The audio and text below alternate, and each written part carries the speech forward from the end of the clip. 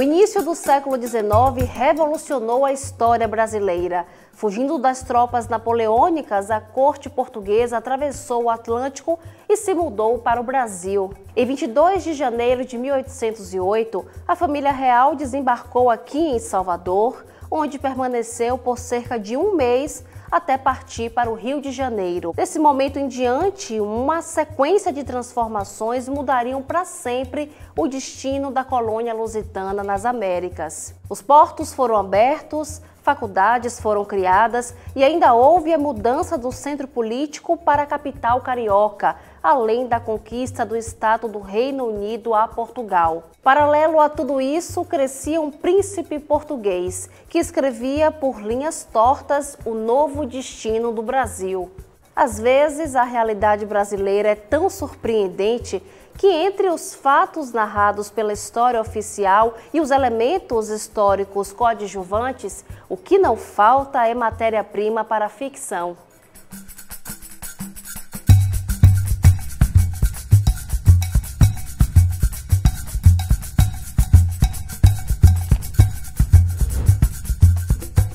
O gênero romance histórico, como é que ele funciona? Ele parte de um fato histórico e recria e supre as lacunas do que a historiografia não mostra. Então, por exemplo, se você, no meu livro que eu falo sobre a independência do Brasil, está documentado a viagem de Dom Pedro a São Paulo, a viagem dos mensageiros a São Paulo, que tinha nas cartas que eles receberam e todo o contexto, os fatos dos grandes personagens. Mas, por exemplo, a gente não sabe o bastidor disso, porque os livros de história não contam para a gente. É muito importante a gente pensar todo esse processo de ruptura da relação, da dependência política entre Brasil e Portugal a partir de um cenário maior, que diz respeito à maneira como a família imperial portuguesa chegou no Brasil em 1808, numa tentativa de garantir a manutenção do Império Português. Portugal estava sendo invadida por Napoleão, então havia toda uma tensão em relação à própria manutenção da monarquia em Portugal. E o que a gente vai ter em 1822, 1823, é exatamente o momento em que esse vínculo político ele se quebra. É importante a gente pensar que esse período também entre o processo de independência 1822 e 1823, ele não marca uma separação completa, efetiva do Brasil de Portugal. O rei era um rei português. Dom Pedro é um herói de romance de capa e espada.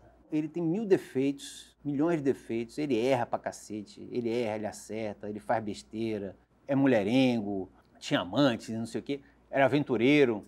Então ele por si já é um personagem tão interessante, parece que foi inventado. Esse personagem traz uma dramaturgia que dá vontade de você escrever um livro sobre ele, porque é um herói com falhas. Eu digo que ele é uma mistura de D'Artagnan com Macunaíma, sabe? A avó de Dom Pedro, Dona Maria I, conhecida como Dona Maria Louca, era uma católica fervorosa e absolutista fervorosa. Então, ela já barrou qualquer modernização do Estado português. Isso já em 1800 e alguma coisa. Quando Napoleão invade Portugal e eles fogem para o Brasil, a corte vem para o Brasil de uma forma improvisada, e Pedro tinha 8, 9 anos. Então ele é criado no Brasil numa corte em fuga, uma corte improvisada. Então ele não teve a formação que um príncipe teria. Então Pedro cresceu bicho solto mesmo pela rua do Rio de Janeiro, e os grandes interesses de Pedro sempre foram música, cavalos, ele era um exímio cavaleiro e cavalariço, ferreiro, ferrava os próprios cavalos e tal. Música, cavalo e mulher. E apesar de abstêmio, adorava a noite. Ele saía, fugia do palácio disfarçado, ia para a noite, ia para os terreiros, aprendeu a tocar violão, que era uma coisa que nobres não aprendiam, aprendeu a tocar violão para tocar lundu com os escravizados, nas tabernas do Rio de Janeiro da época. Então Pedro era mais próximo do povo do que da corte. Há uma dinâmica nessas transformações, elas não acontecem repentinamente, Elas são feitas de recuo, de avanços em direções diferentes. Não há uma contradição entre a independência do Brasil e a permanência da estrutura escravista. Se constituiu um pacto de que a escravidão seria mantida no território, Nessa nova nação, ela se comprometeu a manter o escravismo como seu principal pilar de sustentação econômica, política e social. Uma coisa bacana de estudar história é que a gente vai entendendo que em outros momentos a própria configuração das fronteiras do país e a própria constituição do que é do país muda.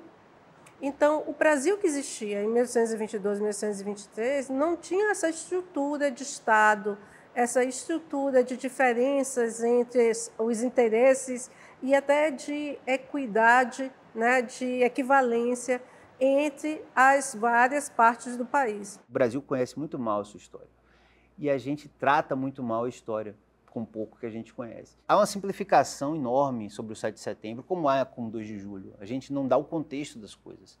Então, por exemplo, o 7 de setembro ele faz parte de um movimento global de mudança de regime, quando o absolutismo cai para a criação de regimes liberais, com parlamento, constituição, separação de poderes, que é a raiz do que veio a ser as democracias modernas.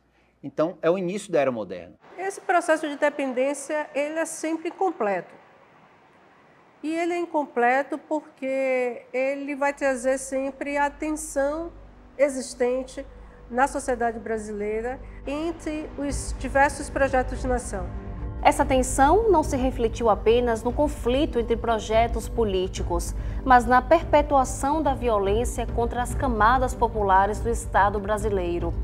O processo de libertação alcançou um Brasil e não o Brasil. Mesmo lugares como a Bahia, que viu correr não o riacho do Ipiranga, mas o sangue dos seus filhos na luta pela independência, seguiram com o projeto de submissão e exclusão da maioria do seu povo, impedindo, inclusive, que a população tivesse acesso pleno à autonomia e à dignidade, mas incapaz de silenciar o brado das vítimas desse processo de exclusão. O Gritos Excluídos é uma manifestação popular onde a sociedade, a Igreja Católica, através das pastorais sociais e a sociedade civil organizada, se reúnem meses antes do 7 de setembro, organiza o Gritos Excluídos. Ele é puxado pela Igreja Católica, mas ele não é exclusivamente católico. Além da sociedade civil organizada, participam as igrejas protestantes tradicionais e outras que assim desejarem, que nós fazemos o convite para todas. Há um ecumenismo na organização e na manifestação e as religiões de matriz africana. A fé é, para nós todos, algo importantíssimo, né? A fé nos move. Não importa o Deus, como o nome que você dá a Deus, não importa. Mas a fé é a alavanca, a ação, aquele que nos faz agir, né? E a fé não é uma corrente. A fé é exatamente aquela que quebra a corrente. O grito tem como subtema: você tem fome e sede de quê? Brasil, mudança só com a participação popular. Não se pode fazer uma mudança apenas no gabinete, ou uma mudança a nível conceitual. Não, tem que ser a partir da necessidade da base para que se possa atender às necessidades do povo. Todo o processo de independência ele é inconcluso, ele é inacabado. Não é possível qualquer tipo de ruptura política com a estrutura colonizadora sem a participação popular. A nossa intenção é levar o povo para a rua e fazer o grito, dar o grito daqueles acontecimentos e daquelas necessidades que o povo tem. A desigualdade não é apenas uma herança que herdamos desse passado colonial ou dessa estrutura escravista. A desigualdade no Brasil ela é cultivada. Este momento que nós estamos vivendo é um momento em que devemos reconstruir todo um arcabouço de democracia e de luta popular para que haja uma mudança efetiva na realidade do Brasil. São 33 milhões de pessoas passando fome. São 7 milhões de pessoas no país que não têm aonde morar. E a contribuição nossa é tornar essa reflexão pública e pressionar o poder público. Porque se o poder público não é pressionado, ele não age. O que de fato desejamos para esse país? Né? Que não é mais o território de Portugal, mas sim uma nação que se constitui a partir das suas próprias leis, das suas próprias regras e também dos seus próprios sonhos. Então, quais são os planos que nós temos para nós mesmos? Né? E enquanto prevalecer uma ideia de que essa sociedade ela precisa se manter sustentada na desigualdade, né, esse processo de independência ele vai estar sempre na berlinda. A gente vai estar ano a ano, espero que não a cada 100 anos, né, nos debruçando sobre a mesma questão, porque esse país é tão desigual.